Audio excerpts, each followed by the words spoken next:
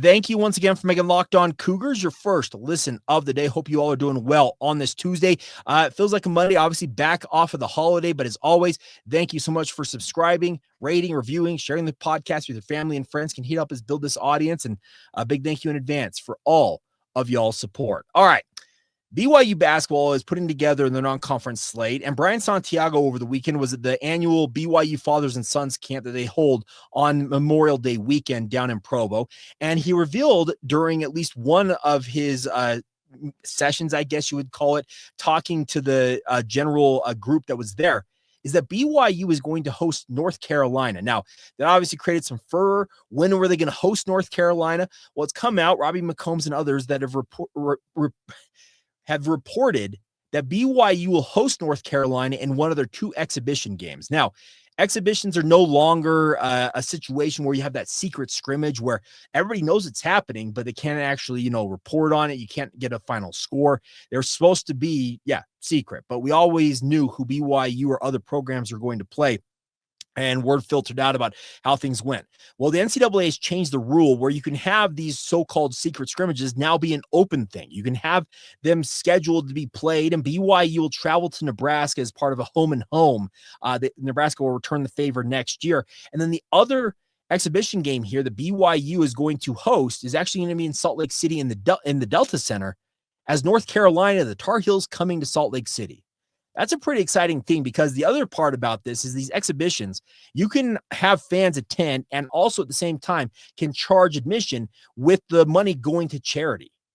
This is going to be a high-profile game. It wouldn't surprise me that this exhibition game that BYU is going to play in the Delta Center against North Carolina, and it actually would be the last game BYU plays in Salt Lake City this season, because they always have traditionally have played at least one game in the regular season up there in Salt Lake. So we'll see what the ultimate outcome is of that game might be. But I'm telling you, in terms of exhibition games, this one very well might sell out, and it could generate quite a bit of cash for these two programs going, like I said, to charity and other avenues.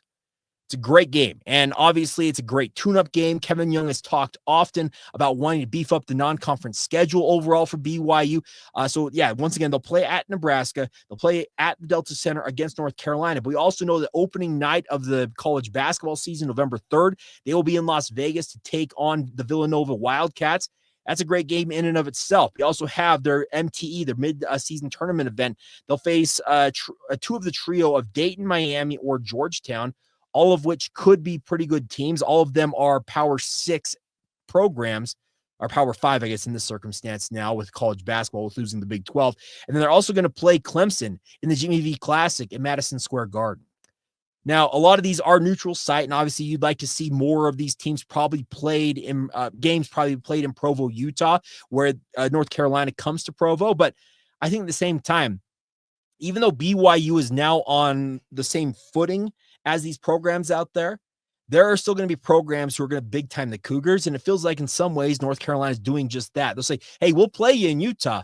We won't play you in Provo. We'll play you in Salt Lake City at the Delta Center. Now, it's a relatively short drive up I-15. There's a lot of Cougar fans that live in and around the Delta Center in Salt Lake City, and also some from up north in the Davis-Weber County areas and even further north that will make that drive that maybe wouldn't make the drive to Provo. But I really like the fact that Kevin Young has made a concerted effort to beef up this non-conference slate. He doesn't want this team led by A.J. DeBonce and obviously led by Richie Saunders going into the Big 12 slate feeling like they're underprepared, because I look back at last season.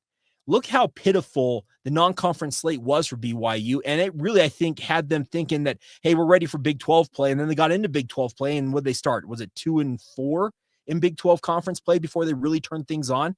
It took them a minute to kind of get their bearings about them in Big 12 conference action. And until they did that, they didn't really find their footing. Now, all's well that ends well, because you made a run to the Sweet 16. You had a 9-game win streak down the stretch in that run, and a lot went right for BYU in that circumstance. But I also think at the same time, you can kind of look back at that and say, you know what?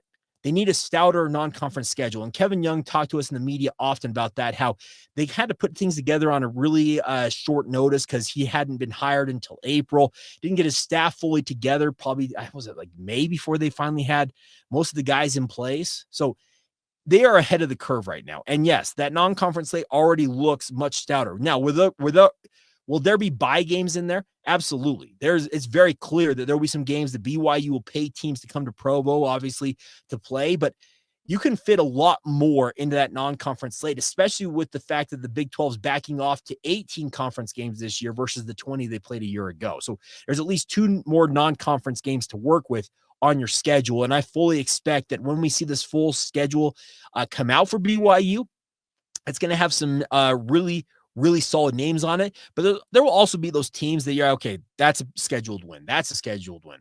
But that's just the nature of the game. I am curious. I'll say this on the non-conference slate. BYU is scheduled to travel to Wyoming this year. Now, they're supposed to make that trip last year. They ultimately decided to postpone it a year and get Wyoming to play them in the Delta Center in Salt Lake City, which ultimately ended up being a win and kind of provided the game that a guy like Mawit Mag emerged from as a key piece for BYU's rotation. But will they make that trip to Laramie? That's a big question, because I don't think that Kevin Young is keen on making that trip up there to the high plains, especially in November, maybe December, because quite frankly, the weather sucks and it's Laramie, Wyoming, and something against Laramie. It's lovely in the summer, but in the winter, it's awful. It's not a place that very many programs want to go to play. And a program of BYU stature, I'm not sure that they're too keen on that. The old adage under a guy like Tom Homo was that we signed an agreement when we were independent or we were in the West Coast Conference that we would make good on the home and home deals we signed with various G5 programs. So I'm interested to see under Brian Santiago if that philosophy prevails here, if they do make that trip to the Arena Auditorium up there in Laramie, or if they buy their way out trying to find a different game that they can obviously bring to Provo or play in the Delta Center that would bring more eyeballs and obviously more butts and seats that obviously line the pockets of the BYU basketball program. That's the interesting part about this. But I really like the way that this non-conference slate is coming together. And so long as it continues to kind of beef up here, I think they're going to be far better prepared, even involving the exhibition games against the likes of Nebraska and North Carolina. Speaking of BYU, for Big 12 play than they were a year ago, and that should help them hit the ground running and hopefully stay more in the race later in the season than they were, because they found themselves behind the 8 ball so early on in this Big 12 race. Yeah, they made up a lot of ground on the back half of that schedule, but what would have been like had they started maybe 4-2 versus 2-4 or 1-3? Whole different story, it feels like, for BYU in that circumstance. And we'll see what this ultimately pans out to be. All right, flipping back over to football coming up next. BYU has got a type, and they're trying to build up their trench play. And I think they've executed it very, very well with another big pickup over the weekend by the name of Alvin Puafua. What is their type for the defensive tackle position? We'll explain more next, right here on Locked On Cougars.